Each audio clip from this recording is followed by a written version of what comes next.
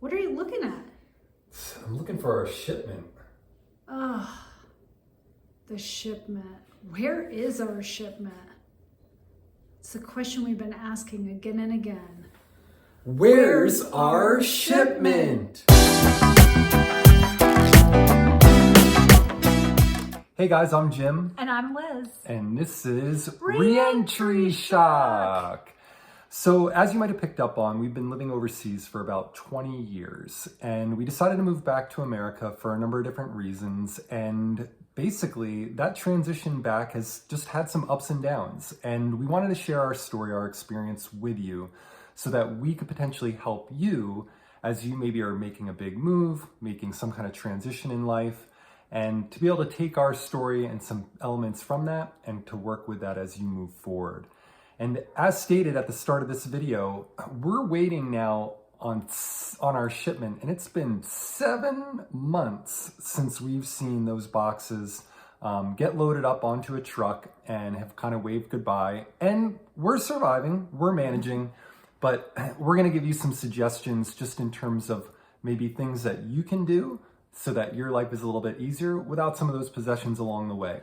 So Liz, you're our family expert when it comes down to this. So what tips can you give to our audience? So the shipment's always on my to-do list whenever we move. I've always been the one to supervise the shipment, and I'm kind of a ruthless, I can be a bit ruthless in terms of what actually goes in the shipment. I want to just actually go to a video that I happened to take of our shipment last spring. You can see what we actually took. Liz would not let me bring my bocce set, by the way. And now I wish we had that bocce set. So we really pared what we had down by about 3/4 or 75%, I guess. So when we moved to Africa, we took a full container. We took anything and everything we thought we would need because we knew it was going to be really hard to get things there. And then when we decided to move, I happened to have a great video call with a dear friend in Bulgaria who introduced me to the idea of minimalism. And so she shared a link to the Minimal Mom on YouTube, and away I went. And Jim had been away, and he came back and he was like, where's all our stuff? But at the same time, he was super happy because Jim has always been a minimalist, and clutter and things, they make you uncomfortable. I don't need much. Pair of running shoes, Frisbee, I'm good. Now, from the background, it actually might look like this house looks like a home. But if we were to turn the camera, you would see bare walls and very sparse furnishing because we're waiting for our things. These are all things that we had from our summer place, pretty much all in one shelf. Yeah. So, all right, let me jump in here for a second. Yes. So we came back. All right, we've got this house that we're moving into, a couple possessions here and there.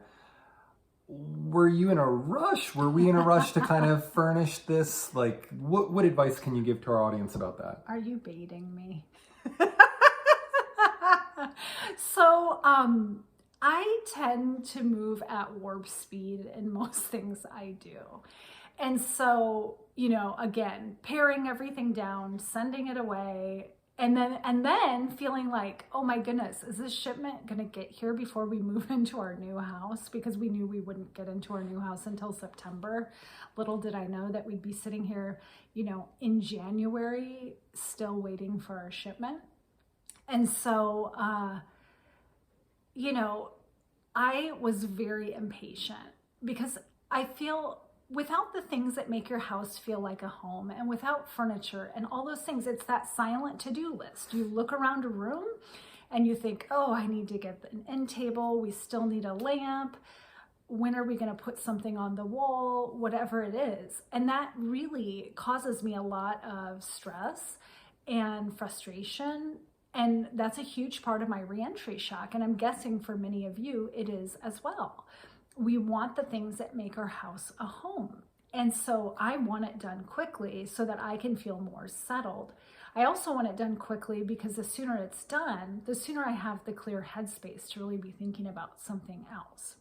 So along the way, we've had to kind of hit the pause button, and we've had to think about the fact that, look, a lot of the homes we're going into of our friends, family, they've got a 20-year head start plus.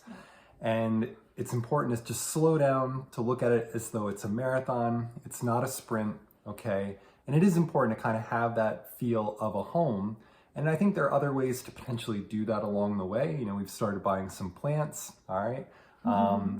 But to not necessarily feel like you have to rush into it all.